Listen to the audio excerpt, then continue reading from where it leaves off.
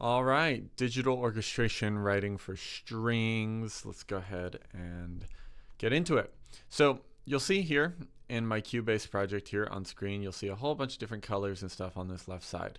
So the core foundation of doing any orchestration in an audio workstation is actually your template.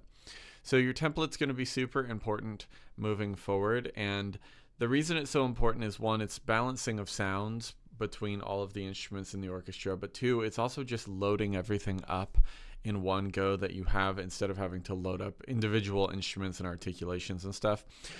So what you're seeing me here in is actually a very, very reduced version of my template, but you'll see I just loaded up and I have my piccolos, my flutes, my solo flute, my three flutes, my oboe, my three oboes, etc., with all the articulations. So I've got all the woodwinds, I've got all the brass, I've got all of this stuff in extra separate tracks for each articulation instead of using key switches.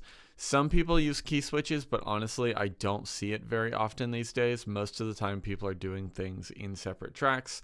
So then we've got like our pitched percussion, our unpitched percussion. I typically have some like hybrid stuff built into this, so I don't just have regular like orchestral percussion. I typically have some stuff like that, some damage and stuff, and that was actually so loud it was peaking y'all's audio, so I'm gonna try to bring that down.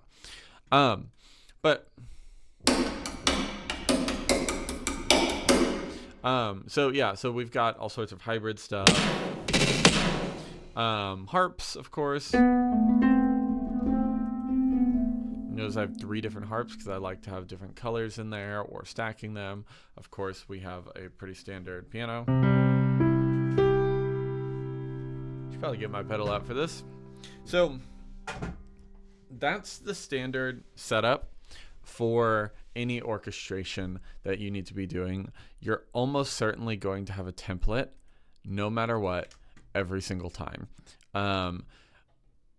When it comes to like hybrid synthetic stuff, you don't necessarily need a template. You can just start from, I want a clean slate and I just want to write music. And it's like, yeah, that's really nice and fun and stuff.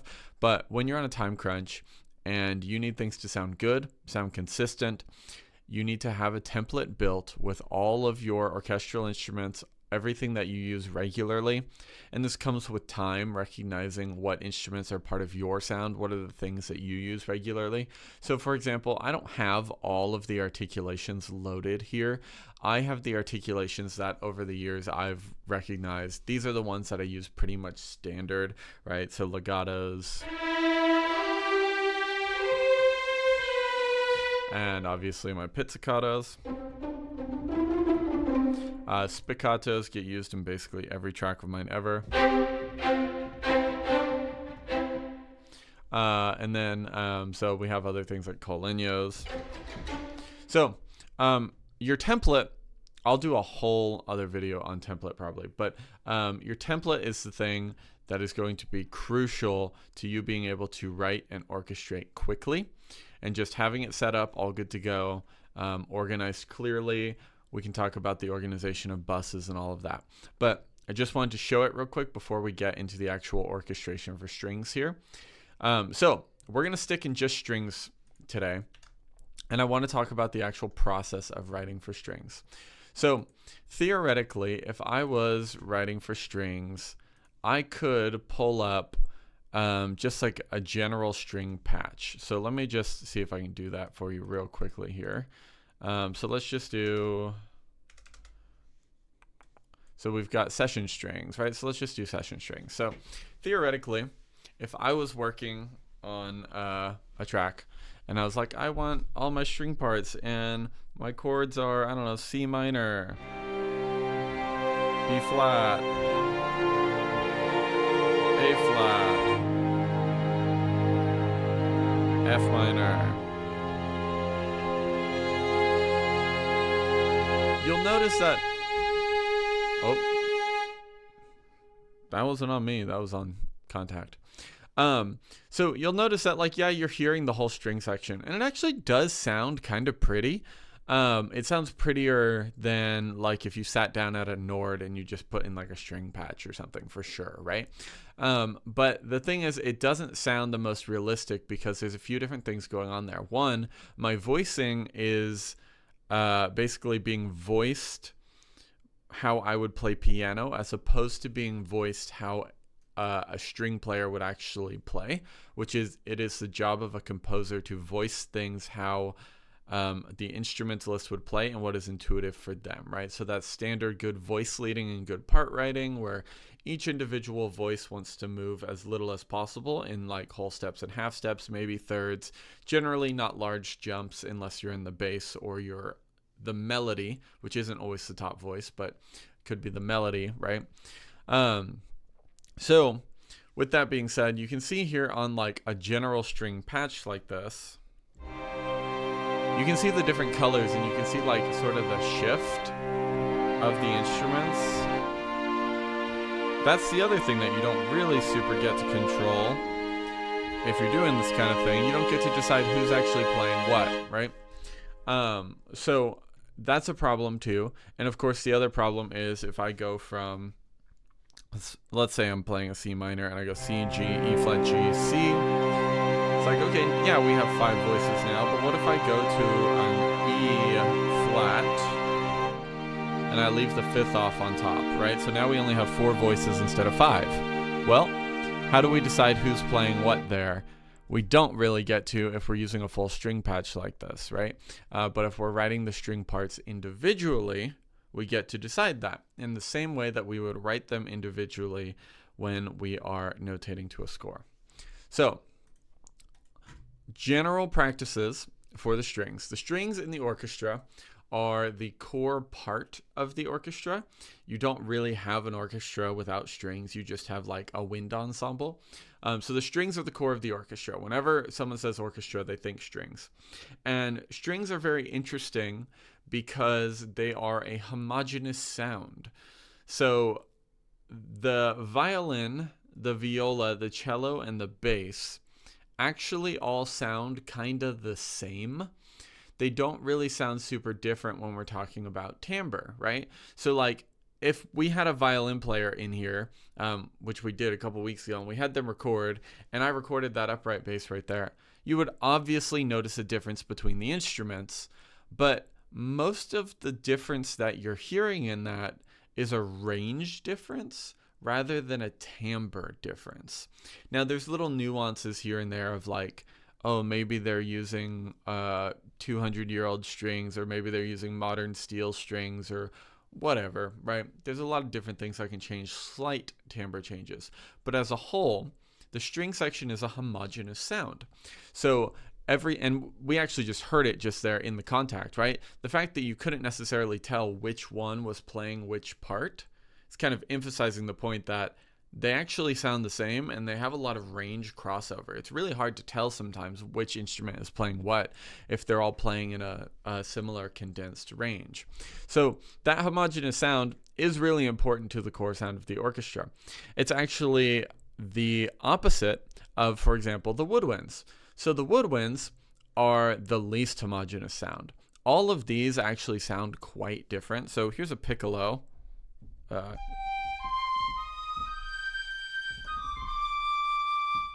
And then you've got like your flute.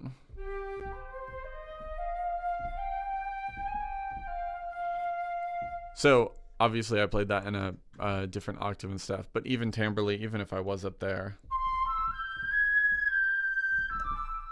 So a flute obviously sounds different than a piccolo.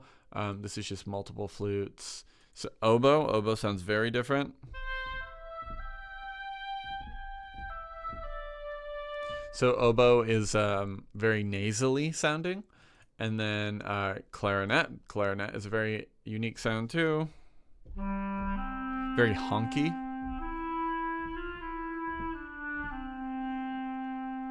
And then bassoon is like honky to the max, but also has some like strength and boldness behind it.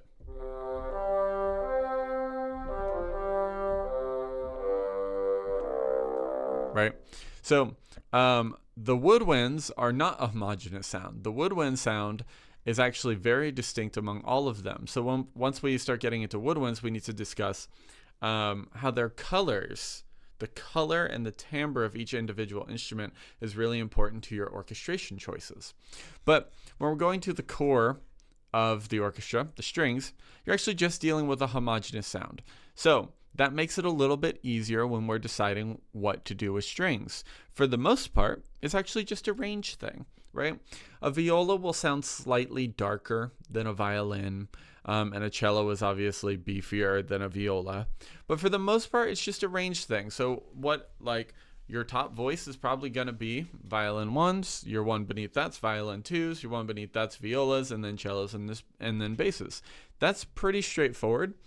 And that's kind of how we just do strings. So let's talk about how we make strings realistic. So we have all of articulations here, which we've gone over. So legato is the articulation that connects long notes, and it is monophonic, meaning that when I play two notes, it doesn't play both notes at the same time. It transitions from one note to the other. That's extremely important. We've got our longs, which would do the opposite, where they play at the same time. But we pretty much don't use the longs. I don't use them almost ever. It actually raises an interesting question of why I even have them in the template. Pizzicato is plucking. And then spiccato are shorts where they're bouncing the bow off the string. And then you've got colegnos, which is the back of the bow, the wood. So what we're going to do is we're just going to come up with like a progression. Let's start at 90 BPM, I think. And we're just going to come up with a progression and play through good part writing, good voice leading, and making this musical. So let's see. What's a progression? Let's keep it in C. So let's keep it relatively easy here. And actually, I wonder if I can. Yeah, we're gonna do this super. I have MS Paint here. So let's do. You won't see this on screen for a second, but let's do. The progression is a 4, 2, 6, 5.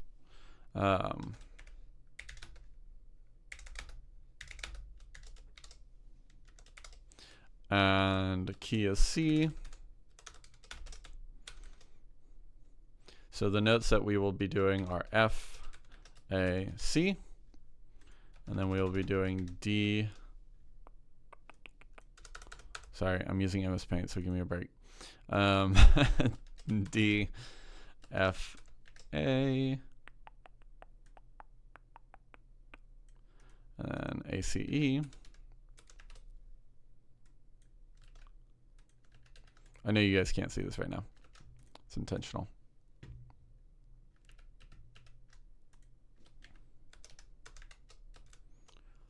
And then, come on now. Come on, MS Paint. And then the 5 chord, which is going to be GBD. And we're just going to keep them, nothing fancy, no sustain or suspensions, anything like that. Just going to keep it super, super simple. All right, and then we're going to do this. I honestly should have made that way bigger, but that's fine. We're going for it. Cool.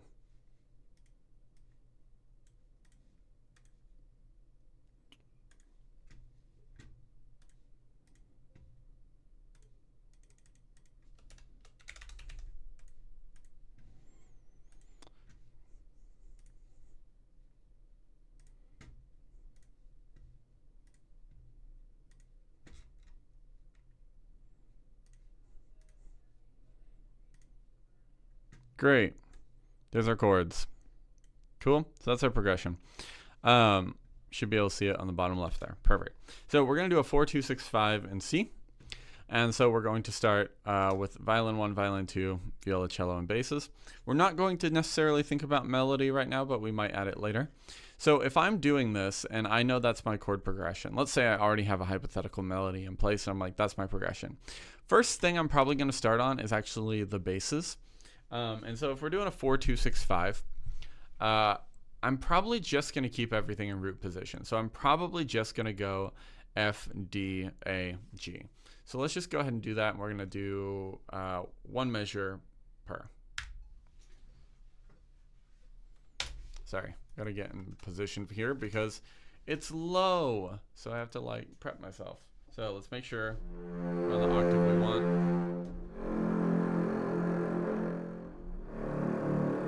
I don't think we necessarily want it that menacing right now, but let's just do a descending one. So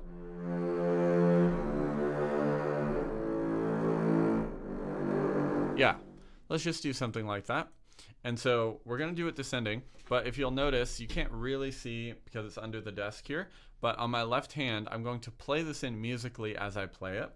So I'm going to be on that mod wheel, like I've said before, on that mod wheel, writing that mod wheel to make sure that these basses play expressively. Cool? Cool. And actually, I think I'm going to start on the low F. Yeah.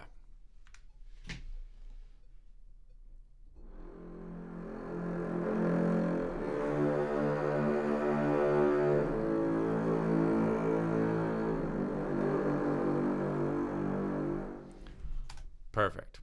So interestingly, that note's sustained and it shouldn't have. I wonder, things are sticking today for some reason. So we have our bass part.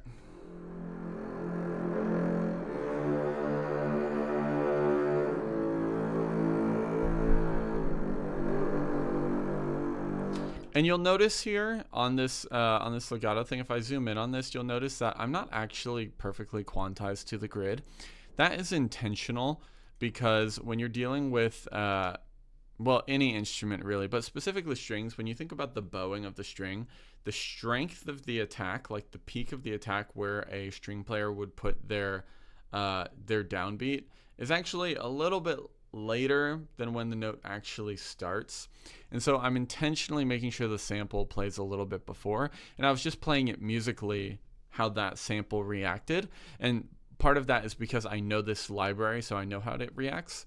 One of the things you can do later is you can just quantize this stuff, put it right to the grid, and there will be reasons for doing that. We'll do probably a whole lesson on negative track delays at some point, but for now, just that. So if we're doing that with our basses, the next most intuitive thing to do would be to do the cello. And the reason I say that is because in traditional orchestration, you want to emphasize the low root with either a fifth or an octave. And we can talk about that, and we will talk about that soon. Maybe at the end of this, I'll demonstrate that very briefly. But the reason we want to do that is because the fifth or the octave on the cello is going to actually make the basses sound stronger and bolder to our ears, right? It's the same concept as in choir. The fifth brings out the root. So if our basses were on F, D, A, G, then we need to have the cello on C, A, E, D. C, A, E, D. So let's just go ahead and do that. So I think I'm going to start on the low C of the cello. So C. Yeah, I could also potentially go up to the high octave. That's a more musical thing to do potentially later. It doesn't make it as strong, it doesn't make it as bold, but it does achieve a similar effect. So I'm going to go C, A, E, D.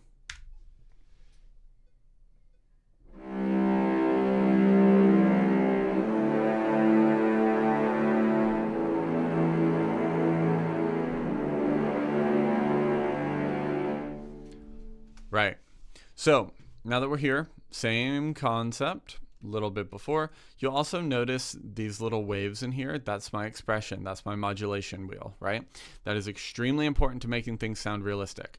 I want you to go ahead and listen if I were to not have any of this modulation on here. Listen to how unmusical it sounds versus when I have it. It's actually too quiet. Let's just set it at a high level, but stagnant.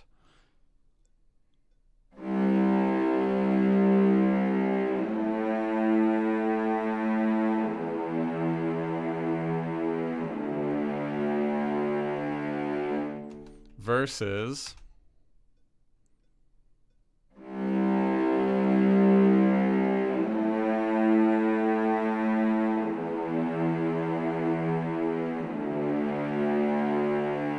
do you hear how that sings a little bit better? That is the thing that people will tell you when you're playing all your notes and your rhythms correctly. That is the musicality that is missing. This cello group, right, because multiple cellos, they're singing to me at this point, right? It's very musical in how we're expressing it. Cool. So let's go ahead and move on. So we've got violin 1, violin 2, and violas. So if we're doing good part writing and all of that, we've got our root and our fifth already established. So theoretically, we could have our violin 1 just do the thirds, but let's do good part writing rules. So let's have it start on, I don't know, let's have it start on the third of the chord, but then move with good part writing that there forward. So if we're looking at this, the third of the chord starting is going to be an A, right? And then the next most practical note for it to stay on is probably an A, because it's moving the least. And the next most practical note is probably an A, because it's moving the least. And then we could go down to G or up to B. I think up to B is more interesting, just because it gives us a little more of that, like, we're moving somewhere idea. Whereas G is the root of the chord, and I don't really want to have the root of the chord on the bottom and on the top. You can sometimes, and it's totally fine. We're not doing common practice period part writing rules here. But I think it's just going to be musically more interesting to put that B there. So something to consider is if I'm playing that A the whole time, how do I make it interesting with the rest of the music? It's essentially just using the expression how a musician would. So we can be there. I actually kind of like it doing it up here. Let's see if we can maybe start really intimate and grow, and then we'll move up. Yeah, let's try something like that.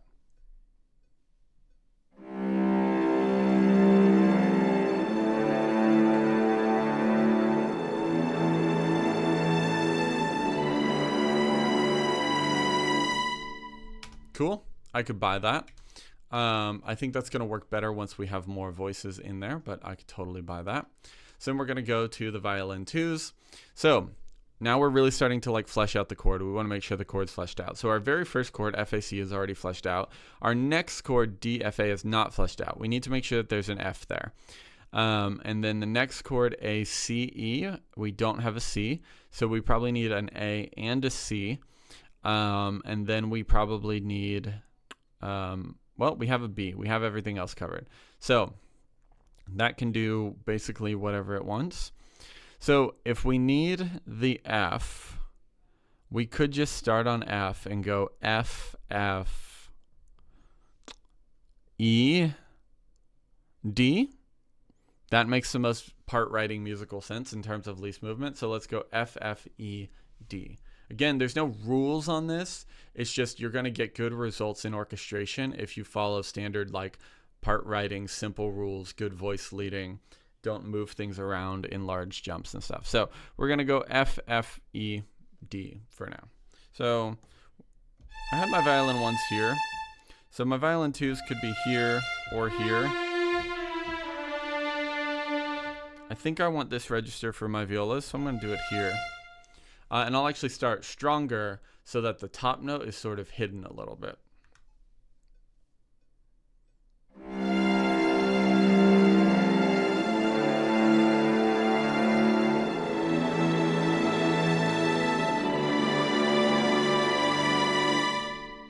Yeah, now we're getting somewhere. That's starting to sound really pretty. And what I heard from that is actually I wanted to hide this note more. So I wanted to hide the top A a little bit more so that the F sounded like the top note, but the A is actually sort of like hidden in there, like, hey, I'm actually here and I'm growing, right? So if I'm going to do that, I'm just going to go to my pencil tool and draw in this modulation. So I'm actually just going to like have it even lower and sort of follow that same thing, and then we're really going to grow right there. So it's just a little bit quieter, and then this one is actually starting pretty high. So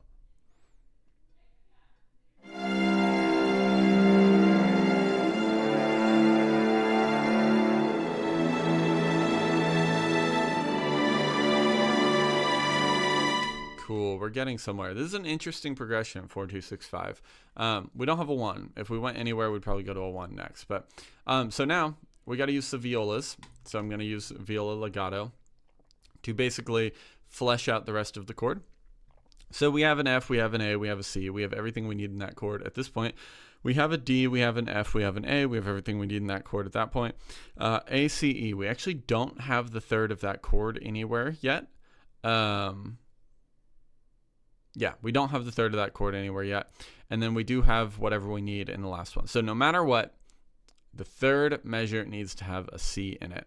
So if we're doing anything, I would probably say let's go, for simplicity of like keeping it as little motion as possible, I'd probably say let's go C, D, C, and then we could go D, or we could go down to the B and double that leading tone.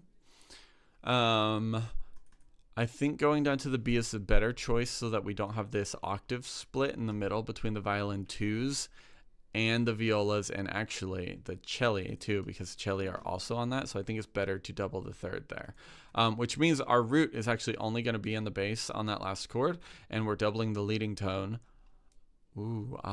Breaking traditional common practice period part writing rules.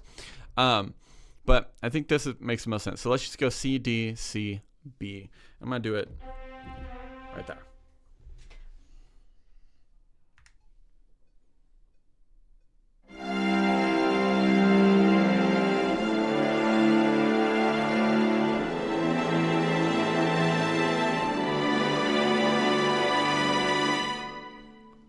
Perfect.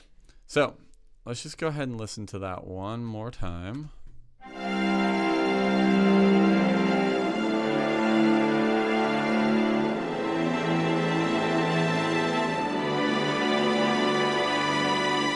Right. So that's a very like unconventional progression, I think. So what we can do here now is actually make it slightly more interesting with things like passing notes and non-chord tones, all of that kind of jazz, right? Not literal jazz, but maybe. So if we're looking at any of these parts, let's make this more musical by adding some passing tones. So I'm going to look at the bass part first. So we've got C up to the A. That big jump is actually an intentional musical jump, right? And then A down to E. I don't think there's really anything we want to do in terms of passing tones or non-chord tones there, unless we want to get really spicy with substituting non-diatonic chords in. Let's take a look at our violas. So we've got C, D, C, B. I could see a world where we do something like give a little hint of an E right here as like sort of a second in the chord. I could also see a world where we go up to the D for a second right here as a fourth in the chord. Let's take a look at the violin 2s. If we're on the same note, I kind of don't want to do something like I'm on the F, I move up to the G, and then I go back to the F or something, like a little neighbor tone thing, because that's going to make it really obvious that I'm just sitting on this one note the whole time, and it's not ideal. And then we've got just A, B. So let's see if we can do some more interesting stuff with this viola in the middle register. So I could play this in, but for the ease of this, let's just go ahead and move this up to like an E, and then take a listen to that.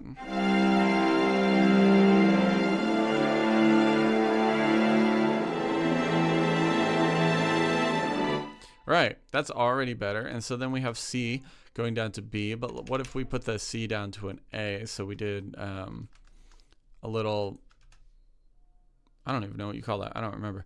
Neighboring appoggiatura, something.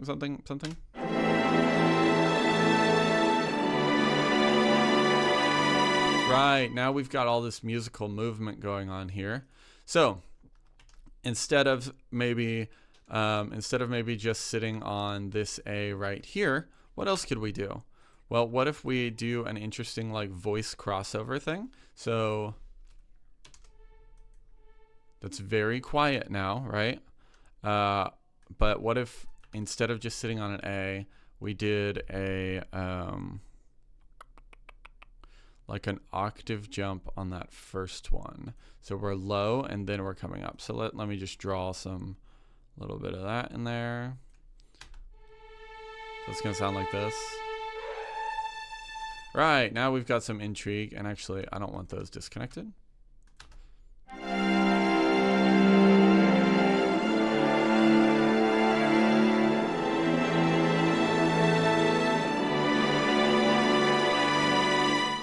Right, so that's going to be the basis for how we make our string section sound real, is by using expression and by writing in each individual part as if it was a player. This is crucial to making sure you have realistic mock-ups. It's a lot of work. You're going to have to practice the whole playing with the right hand and using the mod wheel with the left hand thing, but this is crucial to making sure that your stuff starts to sound realistic.